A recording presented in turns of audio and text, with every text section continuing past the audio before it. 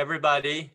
Welcome to our meet and greet, meeting our Robert Wood Johnson clinical scholars tonight. We are very happy to have them with us tonight. And we're going to celebrate the winning of the grant. Before I start, I'm going to give our president of UCA the chance to say a few words. Well, hi, everybody. My name is Haipei Xu. I just want to make it short and focused that our community has been talking about mental health, suicide of kids all the time for maybe 2 or 3 decades. But finally, with this grant and with a lovely community of UCA, that we start to grapple with that. I know that all our doctors have been doing a lot of frontline work for many decades on that issue, but especially in terms of a new immigrant community, this is really could be a groundbreaking effort to put something in our foundation that can last for a long time and has impact on our community in a very, very positive way. And I would welcome our community to join us and to form a national network, and let's do this together. Thank you.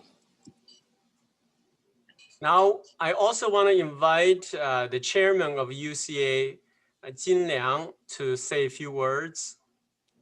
Jin Liang. Hi, can you hear me? Yes. Hello? Okay. It is truly an honor for UCA to receive this grant. I want to really recognize a few people here for their tireless effort. Not only during the application of this particular grant, but also really, I think throughout the last few years, I know UCA had made mental health one of the really put that in front of the community because of tremendous needs out there. And I want to recognize Lily for her really leadership, tireless effort to for this application. Also, she has collaborated with Paul Lee. I may miss some other people because of, I don't remember all the names, but they have been really doing a lot of seminars over the years, and I think really that put the foundation and create more awareness about our community needs. And I'm so happy that Robert Wood Johnson Foundation recognized these needs and really awarded this grant to UCA. And I certainly hope that through this grant and also the works by our clinical scholars, that we can do more research on this particular issue in the community, and of course provide more education to the public, and through outreach. And UCA will do everything we can to support this project to ensure its success. And thank you for the opportunity. Thank you very much. Thank you, Jin Liang. I want to echo Jin Liang's comments about the clinical scholars here. And even before we get into grants, all of them have volunteered their precious time on multiple occasions throughout the years to educate our community, to help our community. So it's really, I think that getting the grant is, I think it's a sign, it's a form of recognition of what they have already done. And now I would like to introduce the 4 clinical scholars today. Tim, can you put on the slides for them? Yeah, Justin has been working with us for a long time, and I think a lot of people knows him, and he's currently the medical director of outpatient psychiatric at Mass General. And he's co-director of the medical student education in psychiatry at Harvard Medical School. And he founded this MGH Center for Cross-Culture Student Emotional Wellness. The next scholar, Tim can, Juliana. Juliana is a child and adolescent psychiatrist at Mass General, Newton Wellesley Hospital, and she's also a part-time clinical instructor at Harvard Med. She served as associate director of the MGH Center for Cross-Culture Student Emotional Wellness. The same center Justin is in, as well as co-director of the Resilience Project Parents Program. Let's move on to the next. Wei Yang, it's not a stranger to us. She has held many seminars for our community. Wei Yang right now is a licensed psychologist and a health service provider in psychology. She works at the University of Notre Dame right now. And she graduated with a PhD in counseling psychology from University of Minnesota. And last but not the least is our Lily Chen. Lily right now is a lecturer and certified nurse educator at North Carolina Central University. Lily is also part of UCA, one of the founders of the UCA. Lily has been instrumental and is the champion behind UCA mental health initiatives. Without Lily, we wouldn't have what we have today. Now let's give them the chance to talk about what they want to talk about. All right, so who wants to start first? I think that's me, right? Okay, I'm going to share my screen. All right, Justin, go ahead. And while I'm getting my screen up, I just want to say how excited and happy I am to be here with you all. It is really like, old friends, but actually even more than friends, like family. I see Paul, I see Lily, I see Haipei, all these people that we met only briefly, but immediately knew that this is a group that really cares. And we may have our differences and our fights, but ultimately we have a lot of love to share. And so we're so excited to be embarking on this journey. So we each are going to introduce ourselves for about 5 minutes. And for my part, I decided to put some slides because I thought it would help to explain kind of why I'm doing what I'm doing. So with that, I decided to choose this title, Maximizing Success, Minimizing Its Costs. And it's really the mission of our center is how do you support the mental health and long-term success of Asian American students? So just some quick disclosures. As Paul mentioned, I am a psychiatrist, which means I treat mental health issues and I use medications, but I also can do therapy. And I'm also a researcher, so I'm very interested in learning about the evidence base to do the right thing, to learn how do we do this type of work better. But I'm also myself kind of part of this community. I'm a child of immigrants from Taiwan who moved here in the 1970s. They would not be embarrassed or disagree that they are called tiger parents. So I was born as second generation ABC. And so I think many of the things that I try to work on or explain are things that I experienced myself as I was growing up. That's me, I think, making some huntun. Okay, so also I should share that during residency and even afterwards, I worked at a community health center in Boston's Chinatown called South Cove Community Health Center. And it was here that actually my journey was shaped because I realized that the things I was treating with, medications and psychotherapy, the patients didn't want. They didn't want to buy it. They didn't really, I think, understand it. And they were ashamed of talking about this. And, it really shaped my own career because I wanted to help the community. Sorry, you can still see. And so actually some of my first research was actually focused on looking at illness beliefs of Chinese immigrants with depression and trying to understand, what do they call it? What do they think is going to help? What are the barriers? So actually our center was founded in November 2014 by 3 psychiatrists in Boston.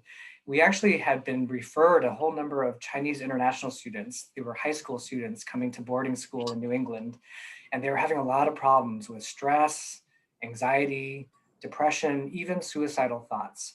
And when we looked at this problem, we quickly said the answer cannot be that we get everyone into psychotherapy or medication treatment. That's impossible. We need to understand why are there all these problems and go earlier, start to do prevention education. And so that's exactly what we did. We founded the center in 2014, and it was part of MGH, which is a hospital. So we're a nonprofit, volunteer operated, and all of our funds are through services and donations, including some donations from people on the call today. So really the whole emphasis of our center is that we overcome these barriers in mental health by shifting the focus. We know that for many Asian families, their children's success and education is a top focus. And so what we're trying to explain is that, these two are not mutually exclusive. In fact, emotional wellness is actually crucial for long-term success. But we don't know that every parent recognizes that. And we try not to focus on psychiatry terms. We don't focus on clinical depression. We talk about stress and anxiety. So here's who we are. We're a group of clinicians, educators, and researchers. We primarily focus on Asian American mental health issues. And as I mentioned, we're volunteer run and operated. So our main focus is education, prevention, research. And this is, we'll share more later, but this is why this is such a great combination, because we're really an academic center. We're part of Mass General and Harvard Medical School. And so to partner with a grassroots community organization like United Chinese Americans is a great combination. Because you all hear and know every day all the issues that we face. And then we're going to try to translate that into really high quality interventions. So what we do, we educate. We try to go in the community. We've been to your community. Juliana and I spoke at the United Chinese Americans Conference in Chicago a few years ago. Here are some other photos of talks we've given in Maryland, in Virginia, in New York. So we try to spread the information. We also try to educate the community directly through resources that we develop. So for example, here are some fact sheets we made about depression in Asian American students, and we have translated into multiple languages, Chinese and Korean. On the bottom right, we actually are excited. We're going to be launching in the next couple months a video of a psychotherapy session because a lot of people said to us, we don't know what therapy is. It seems weird. So this is a sample therapy session between a Mandarin speaking therapist and a Mandarin speaking volunteer who's playing a college student who's having conflict with his parents and figuring out what he wants to do with his life. So this will hopefully help people understand what it is that we do. Also this summer during COVID, through partnership with UCA and Lilly and others, we realized there's a tremendous need for just information about how to cope with stresses. So we had a number of webinars about anti-Asian racism during the pandemic, how to parent during this time, as well as supporting LGBT children, as well as anti-Blackness and racism within our own community. These were all topics that the community said to us they wanted to hear. And actually, we were so motivated by this that along with our fantastic director of research, Cindy Liu, we published an editorial in the American Journal of Public Health about the impact of COVID-related anti-Asian discrimination on the health and mental health of Asian Americans. So happy to make that article available to anyone who's interested. So this is what we do. And we then translated that. We know that no one's gonna read a scientific article except maybe some of the scientists on the call. So we created fact sheets. And we have one on COVID-19 mental health and one on COVID-19 racism. And they're translated now, you can see, into 5 different languages, including Chinese, Korean, Japanese, and Vietnamese. So we also try to educate the educators. I know I'm running over, so I'll try to end. We have sort of membership-based programs for high schools and universities. A lot of them have a lot of Chinese international students and other international students. They want to learn. They want to learn more about mental health. And so we have monthly talks for them, and we do free case consultation for our members. Here are some examples. Wei Yang was actually one of our faculty, and she gave a great talk about sleep and the importance of sleep for students' health. We have other topics coming up. And if any of you know of universities or high schools that might want to join our consortium, please feel free to let us know. And then finally, the last thing is, as I said, there isn't a lot of research. Asian Americans are a very small group. And when you apply for funding from the NIH, they say, no, there's no way, you guys are less than 6% of the population. We won't fund you. So we've had to find creative ways to tackle this. And as I mentioned, Cindy and others in our center have really pioneered a focus on Asian American research.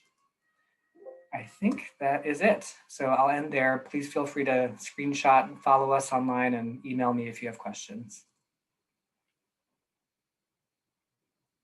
Great. Thank you. Thank you, Justin. Now I think it's the time for the clinical scholars to talk a little bit about the project, the grant. What's the grant supporting what the projects you guys are embarking on? Paul, can we have Juliana talk and Okay, sure. speaker talk first, and then so that we would love to share a project. Okay. Yeah. So it's everyone has a chance to talk, and then you guys will talk about the project, right? Okay. Yeah. I'm sorry. No, that's So- quite No all right. worries. Yep. All right, Juliana, your No turn. worries, Paul. This really is meant to be informal. Sometimes it's hard to kind of set that tone, et cetera, in a webinar. But this really is meant to be informal. And Justin was kind of speaking on behalf of our center. The rest of us, I think, will just give brief introductions to ourselves. I also want to echo Justin's sentiments. It is such an honor and a pleasure to be here. And I also have such very clear memories of meeting each of you, Lily, Haipei, Paul, and so many other people from UCA. It was such a memorable first meeting, and we always thought we would continue to work with you as we have in so many different webinars and events over the last couple of years. And of course, with Robert Wood Johnson, it's a special honor and pleasure. So we're just so excited to be here. Just to tell you very briefly about myself, I don't have slides. Justin spoke for us in terms of our center, but Wei Young, Lily and I will each tell you just a little bit about ourselves, so you all know us a little bit personally and professionally.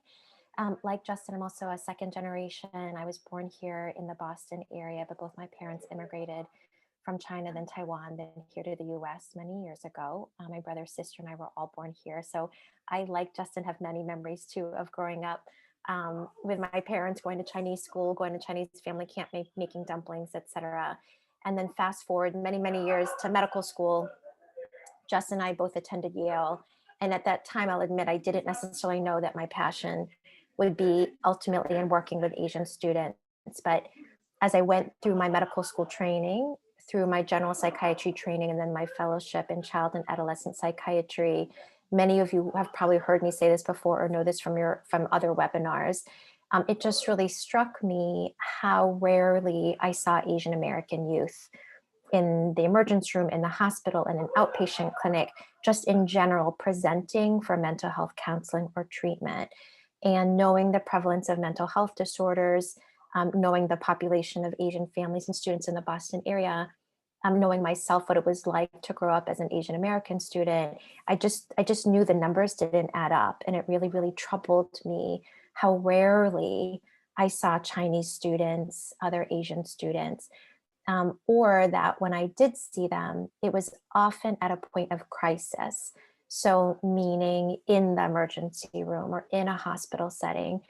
And if you talk to the students, you would find that they actually had been struggling for a long, long time. And so it really was my inspiration when I was a fellow. Many of you may know, I received a grant, a SAMHSA Minority Fellowship grant, which I used predominantly to produce a short documentary film called Looking for Luke. I think many of you here have probably even seen it at UCA events or at other events across the country.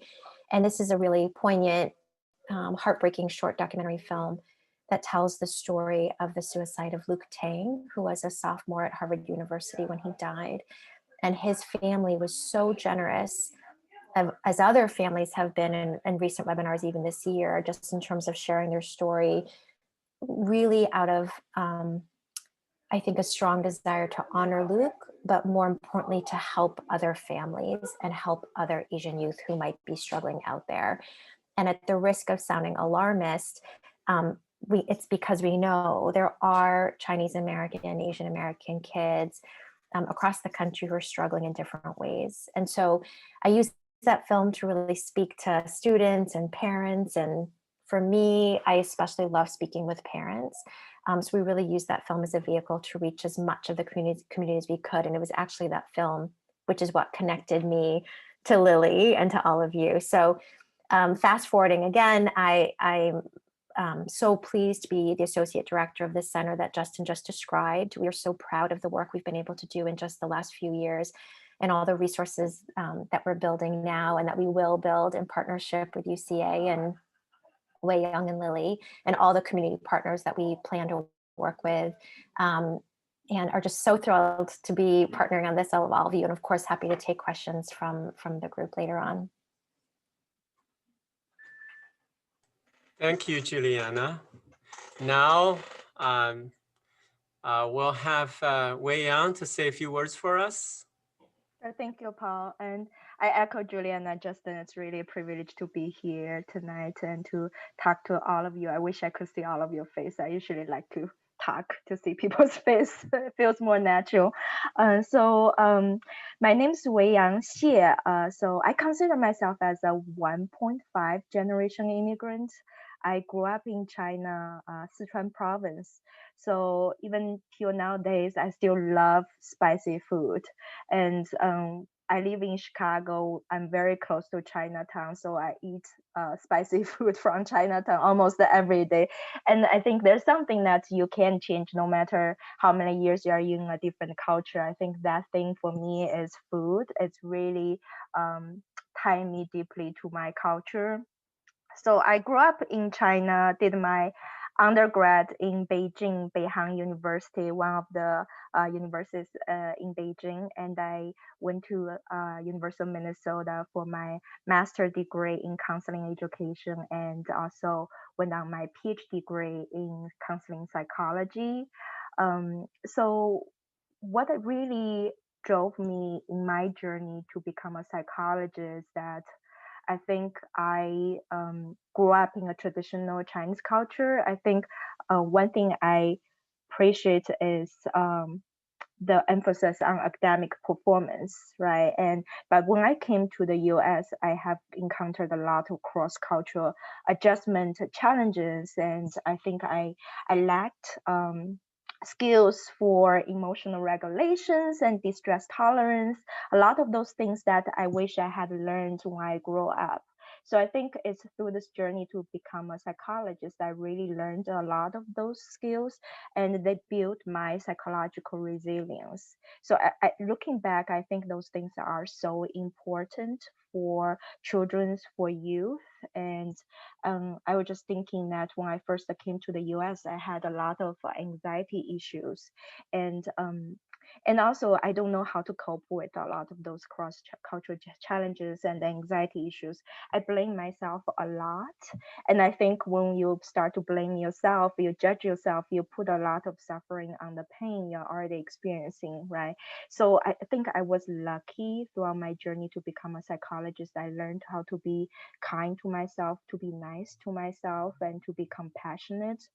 That's why I started to explore more the topic of how to apply self-compassion to each of us in our when we grow up, and also how to apply self-compassion to as parents, and to be kind to ourselves, and how self-compassion can build the bridge between communications between parents and children. And that's what drove me to do a TEDx talk in 2008, and to talk about how to rewire our brain for self-compassion. And that's also around the same time I started to get connected with UCA, and I collaborated with UCA Illinois chapter on workshops related to anti-bullying and also self-compassion. And Paul and I, we also went on workshops, trips to Wisconsin and Minnesota the same year to provide workshops to parents, and to help those parents who are craving for knowledge about youth mental health. I collaborate with Julianne, I think 2019, and we did a workshop in Vegas around youth mental health as well. So that's my journey of connecting with UCA. And I think I see community service a very important role in my life. I guess I need to take a step back and introduce myself. What I do here, I'm a staff psychologist at the University of Notre Dame. So I provide mental health service to a lot of students, and I'm also serve as the chair of the Health and Wellness Unit's Equity and Diversity and Inclusion Committee. So working with college students, especially a lot of international students, and for their mental health issues.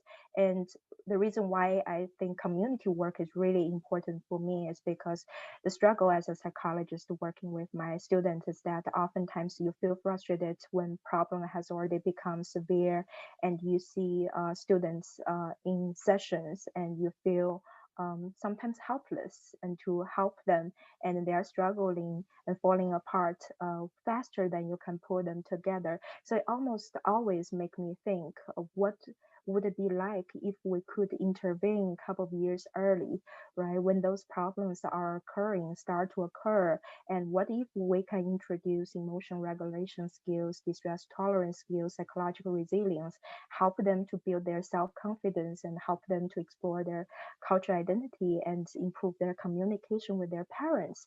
It's going to be a tremendous help for a lot of those students and also prevents problem from happening. So that's what drives me to start to serve in my community work and to collaborate with UCA and to see what we can do for our community, for our families, for our parents, and for our youth. So it's really a privilege that we are able to do this work, and it's a privilege that we get this funding to be able to continue to do this work. I think it's really reassuring for all of us that we get this funding because RWJF acknowledged this is a serious issue that our Asian American youth are facing, and this need to be addressed. So it's really reassuring to hear that our voice has been acknowledged. And it's really inspiring that we get to have this opportunity for leadership development to know better ways to tackle this issue more sustainably. So here we are. Yeah, I'm excited. Thank you. Thank you, Wei Yang. I think your message about self-compassion is very needed in our community because it's in our cultural DNA. We tend to be self-critical. It is. When we have problems in life, we tend to ask, what did I do wrong, right? Yeah. So Mhm. that's just embedded in Chinese culture. Thank you very much for, that message is very, it's a very important message. Now, let's give a few minutes to our Lily Chen.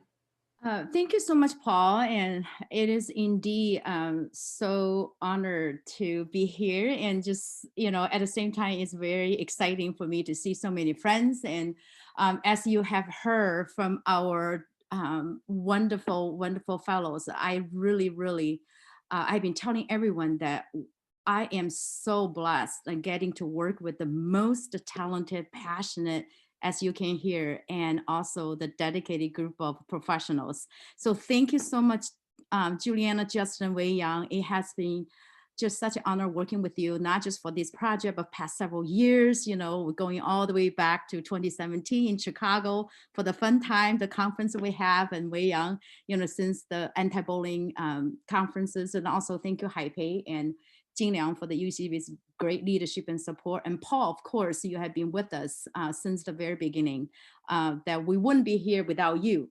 So, and also the entire UC family. But anyway, so I am, as you tell that I'm the 我是那个一个阿姨级的在这个 group 里面 so I'm the aunt in the group. So that means that I'm a parent with 5 children.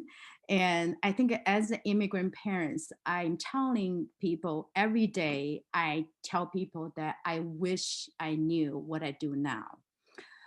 Raising 5 children and also working in schools and involved in all the children's activity, Girl Scouts, Boy Scouts, swim team, pasta parties, and soccer coach, and whatever.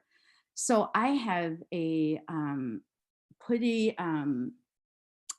very like a memorable moments, and I had a very great children and wonderful children But like Wei Yang said, I said, I wish I would have read some parenting book before my first child was born. The cultural difference, even I studied nursing as a graduate student coming from China.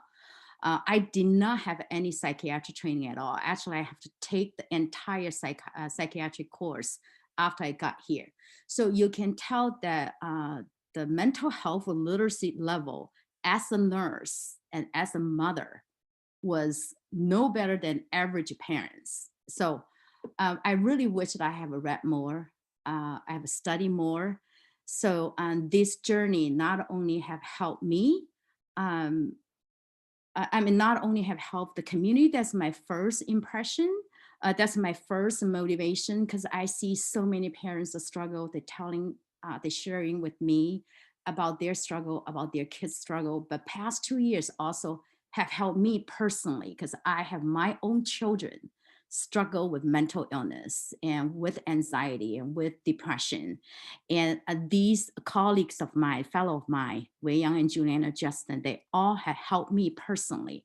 And what I wanted to tell all of you is that it is so common. It is so common. And also it is okay to have illness, physical and mental illness. It is okay to ask for help. And yes, you can get better. And yes, it's never too old to learn as a parent about the parenting skills, about the communication skills, about how to support our children, even though we make lots of mistakes.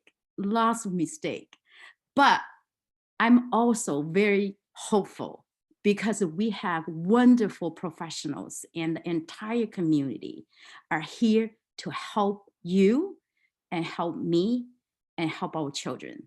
So I'm so grateful that you're here today and to learn about this project, and also more importantly, so that we all can be better educated. Whoever you are, it takes a village. Takes the family, parents, and takes professionals, takes the community, and takes policy. And also everyone has to put our hearts and souls into it, and then we can definitely make change. We have already made changes. We're only going to make bigger changes when we are better trained as parents, and also better equipped with the knowledge of mental health education or mental illness, and also better equipped with the skills we need as leaders or as healthcare leaders. And that's this clinical scholar program is for. So I'm very grateful for the opportunity so that I can learn to be more effective and better leaders and better colleagues, and so that I don't have to yell as much. We're going to work more in unity, and also very effectively. We can all be very different, but that's the beauty of the diversity, right? So anyway, thank you so much. It is 8:33, so we can start our project introduction. And thank you for participating. Thank you, Lily. For people who know Lily, Lily is a superwoman with boundless energy. She has 5 children, and she has a full-time job, and she also is very active in the community. And she actually is the one spearheading with this grant application. We really appreciate all the contributions she has made over the years. Okay, now it's the time for the project introduction. So I give it to you, Lily. You want to talk about the project, or who's going to be Justin? Right? Yeah, we're going to take turns. So we already had some good questions. How is the money actually going to be allocated? Good question. So just a quick overview. Hopefully most of you have heard of Robert Wood Johnson Foundation. I just looked them up. They are the US's largest philanthropy that's focused solely on health. And it's based in Princeton, New Jersey. So this is a foundation whose goal is, through the use of grants, to improve the health and healthcare of all Americans. So within that, they have created this clinical scholars program. And here I just showed you a picture of what they put on their webpage about what is this program. So you can see it's a national opportunity where they select teams of 3 to 5 experienced healthcare providers to sharpen their leadership skills and to collaborate on a project to address complex health problems. So the format of the fellowship is that we have to meet together for 3 years as a team, 2 to 3 hours per week of online learning, but also our own team meetings where we work on our projects. We also have several in-person retreats per year, although of course this year with COVID, we just did our first one virtually. And it's really a leadership development program. It's really focused on creating change agents. Of course, there is funding for the project as well, but they really want to make sure that by the end of it, we feel like we are well equipped to tackle these complex issues. So now I'll turn it over to Lily to talk about our project. Okay, so as Paul mentioned, I teach at North Carolina Central University, right? So one of my colleagues, Dr. Irma Smith-King, one time told me about the opportunity. So I just went ahead and contacted the Melissa Green, who is the associate director, because the project was led by the University of North Carolina, Chapel Hill. So Melissa showed up in my office the next day. So I just thought that it was a great project that we're doing, that I think because Robert Wood Johnson Foundation's mission is health equity, and which, you know, serving the underserving community, and also is a partnership between the academia or professional and also community organization. So that was last November. So then I really, because of Justin, Juliana, and Wei Yang have been working with UC and with us for several years. So naturally, I just reach out to them, and these not only the skill and talents they have, is really the heart and the dedication they have. So that's how the rest is the history. So we apply in March, right? So we're notified in July that we won the grant. We are one of the 8 teams nationwide won the grant among 70 teams apply. So it was really a great honor. It was really, and also this is not only our team, obviously, it's because of all the incredible work that UC family and volunteers and chapters and board members and also the youth and parents that they have put into past 4 years. So this is really a recognition of our entire community, I feel. Okay. Okay, we got a question. Maybe Juliana, while you introducing the project, can you also maybe address the question from Cindy Lin? Should Wei Yang continue to discuss going through the slides, and I'm happy to type something in the chat? Would that be better? Okay, that's fine. My That's teammates. fine. Yeah. You were, yeah. I thought you were asking whether. Oh no, I'm so sorry, Paul. I just wanted to. I didn't mean to interrupt, but thank you so much for asking. Okay, so let's go through the slides presentation. Okay, thank you, Paul. So this part is going to be probably the heavy part. This is where the pain of our community is, and that's also what drives our project. So we think about the problems we have related to mental health issue. Our community, our modern minority, is suffering and dying in silence. What this means is we have a higher rates of suicidal thoughts and attempts among our Asian American youth, and we have more internalizing symptoms. We have more peer victimization, and we have youth have a lower self-esteem. And also, Asian Americans are among the least likely to utilize mental health services. There are a lot of contributing factors, including stigma, emotion inhibition, and saving face. A lot of those, I think, we growing up in this culture are familiar with. So what we hope to tackle, what we hope to address are those problems. And the way we're going to do is from the next slide we're going to show you.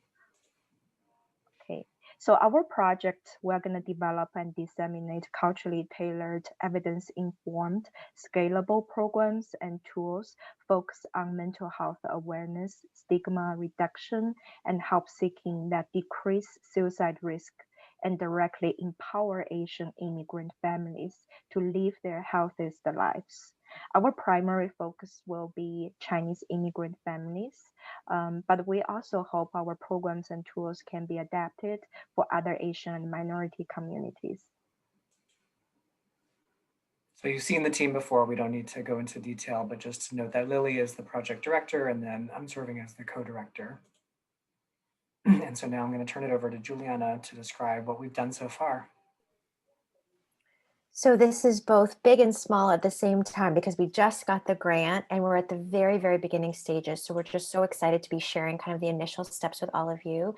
Before I talk through some of our kind of next, what we've accomplished so far, next steps and deliverables, to zoom out a little bit, as Justin and Lily had kind of highlighted, this is a 3-year project. So we just got the funding.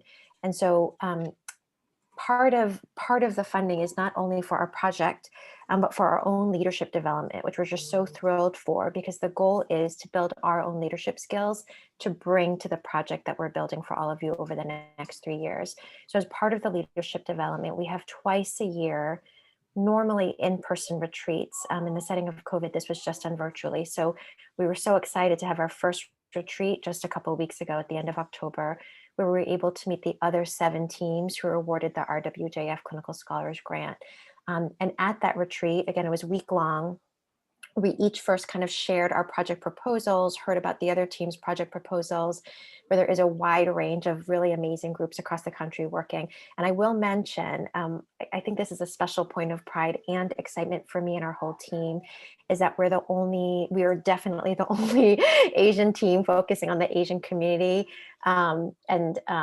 I think one of the few in the past few years even. So it's really, really new even for clinical scholars, which I think is another reason why they really recognize the importance and need in our community.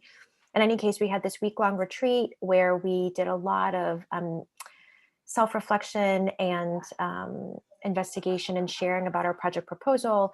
We did leadership assessments looking at our own work style and communication style and what that might mean as we bring that to our project.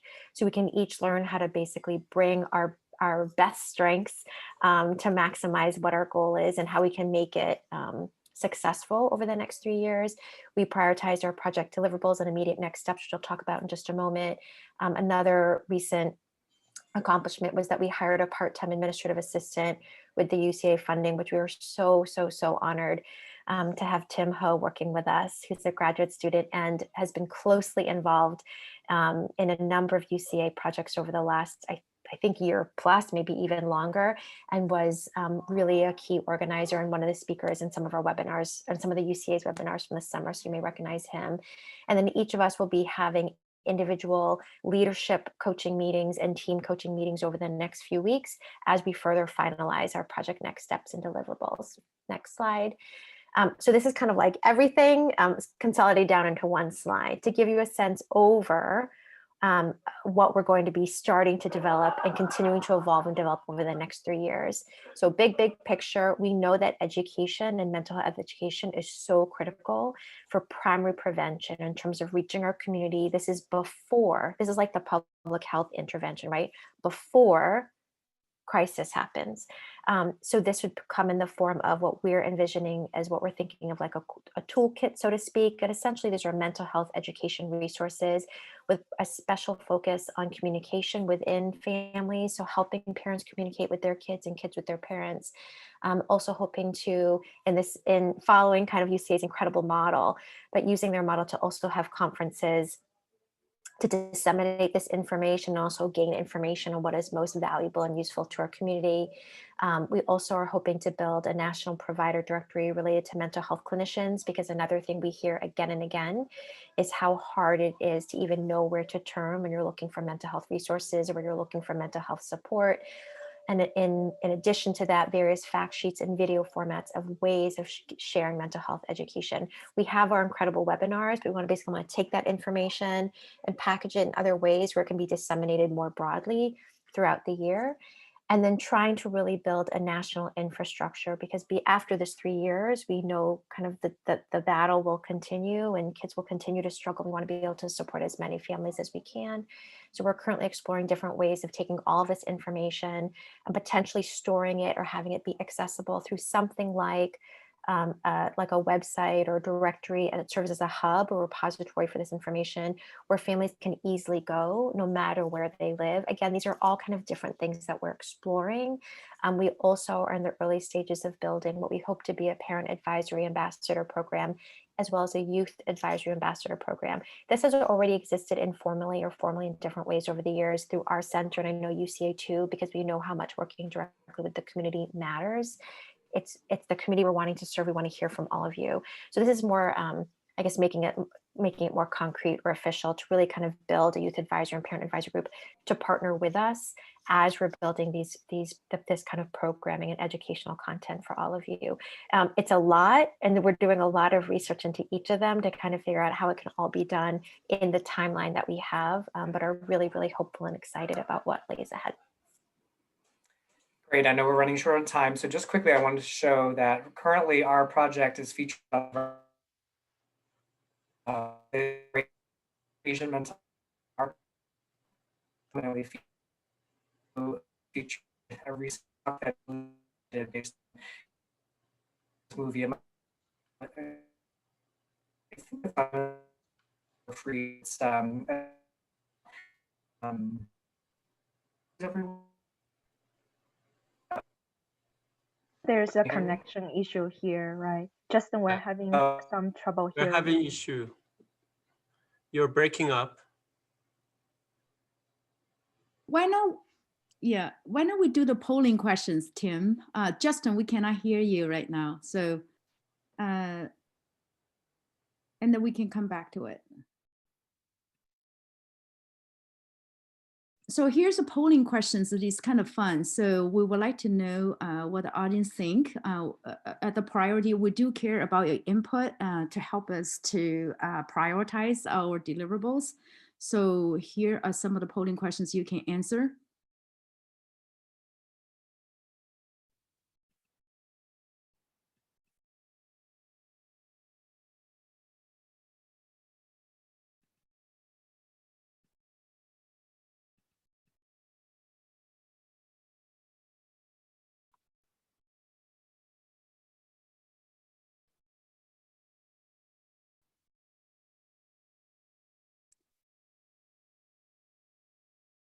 Thank you so much for those participating. We just thought that it would be a good idea to in between all the talks and before we go to Q&A. Okay, still coming. Yeah, it's about 47% voted. Okay. So let's wait a little bit. Yeah. Okay. And then also at the end, we are going to have a survey. This question also is including in the survey for those of you who actually register might not be able to come. So we will be able to hopefully reach more people. Yeah, I think the survey would be important for the project group to tailor your project to the specific needs. Okay. Okay. I wonder what is other? We didn't specify it. We didn't have a place for it either. So. Do you want to show the survey results to them, to the participants? This is the result. Oh, stop sharing. Okay. All right. Thank you so much. Okay.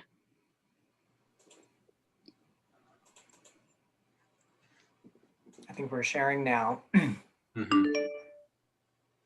Okay, now we should end this. And Justin, you were breaking up, and now the connection is good. You can finish up with your thoughts. That's okay. Though it's probably better to move on to the Q&A.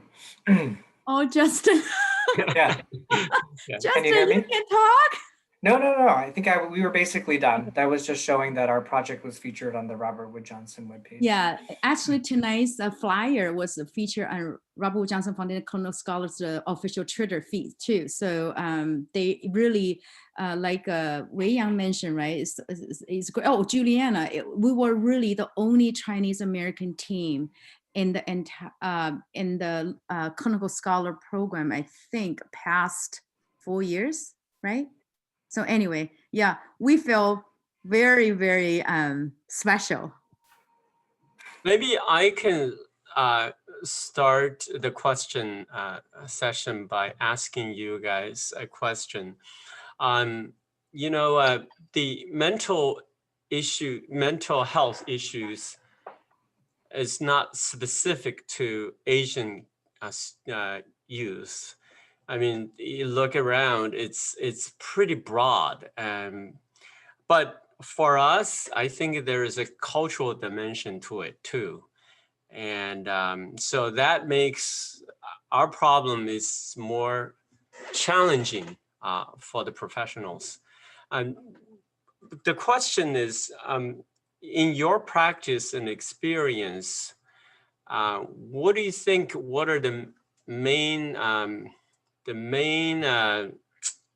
obstacles or the main issues of our community when it comes to the mental health issues? Justin, can you share your thoughts? Okay, thanks, Paul.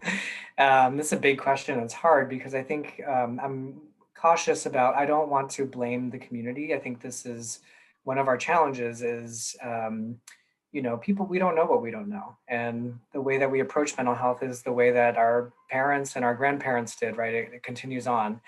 So I do think there's a number of things and areas where our community, you know, some of our strengths can also be our weakness. We're very self-reliant. We try to not burden people with our problems.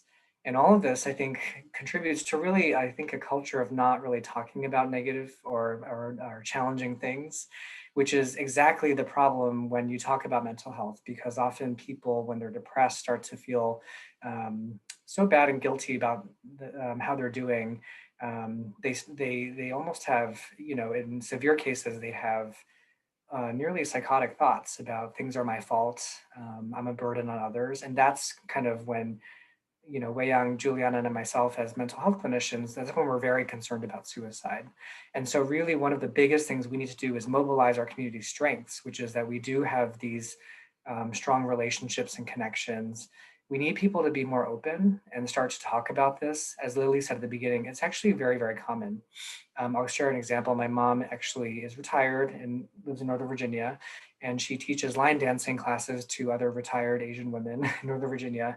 And, you know, initially she was very concerned about my decision to become a psychiatrist, and she thought it would be dangerous or weird. But over time, after she realized I really like it, I started to hear all the stories of her friends and the people in her class who have depression, who can't sleep, who have insomnia. And I think what we really need is a space where we can actually start talking about this, so especially for young people, they don't feel alone. Although I should mention also older Asian adults are also a very high risk for suicide. So this is our whole community. And I think if we start having these conversations and talking about it, it's going to benefit more than just the youth.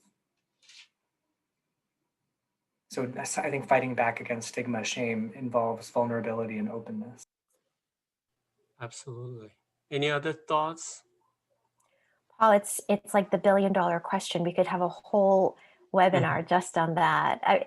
I mean, just to echo everything that Justin said, I think is exactly right. And I think in general, kind of in all underserved communities, the mental health literacy is pretty low. I mean, this is true everywhere, right? But how much we really understand it. And of course, there's kind of the cultural factors, as you mentioned. Then there's that kind of that environment of Justin was just mentioning about, unfortunately, there not being the kinds of communication. There's lots of communication in Asian families, but not necessarily communication around feelings or stress. And so a lot of Asian kids end up growing up thinking, even if it's not true, that they have to kind of solve things on their own. We could also talk at length about this, but interestingly, even though there is kind of historically a record, some of this is the model minority stereotype, but there is some truth about the record of academic achievement. It is also true that Asian American youth in general have the lowest levels of self-esteem. And so when you factor in kind of the low mental health literacy, the lack of communication, even as parents want to talk to their kids and kids want to talk to their parents, it's almost like just that gap exists with the low self-esteem as well. You can kind of see all these factors that line up that might make it especially hard for our youth. And I quickly answered, there was a question from Ping Ping that I think is really helpful. He or she asked, what does this grant mean to smaller cities like the city I live in, Spokane, Washington? We have 400,000 people in this county, but only 2,000 Chinese people. So how do we benefit from this national grant? I'd love to hear from my teammates, but I will say this is exactly the reason we did this project, because there's no way that the four of us can fly around to every community, and it's probably not the best way to teach or educate anyway. So you can see a lot of our initiatives are geared towards nationally available, scalable programs. We want to empower local communities to do this work themselves. You don't necessarily need us to come and teach you the answer. You all have a lot of strength there. So when we provide communication toolkits, videos, webinars, fact sheets, that hopefully the hope is that local communities, people like yourself who are passionate about this, can create your own event and create spaces. And Lily, Juliana, Wei Yang, add to that. Justin, I would completely agree with you. While we would love to help everyone, we have get the requests all the time. And actually, we're going to, working with the North Carolina local community, we're going to have a webinar on this Saturday. Tim, if you can put the information or the flyer up, because of a recent suicide. However, I think Justin, you're so right.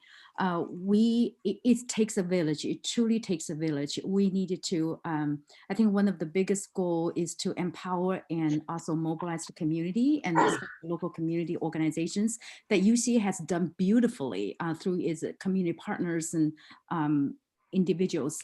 So that we would do the best we can by providing some guidance and toolkits. But I think that the power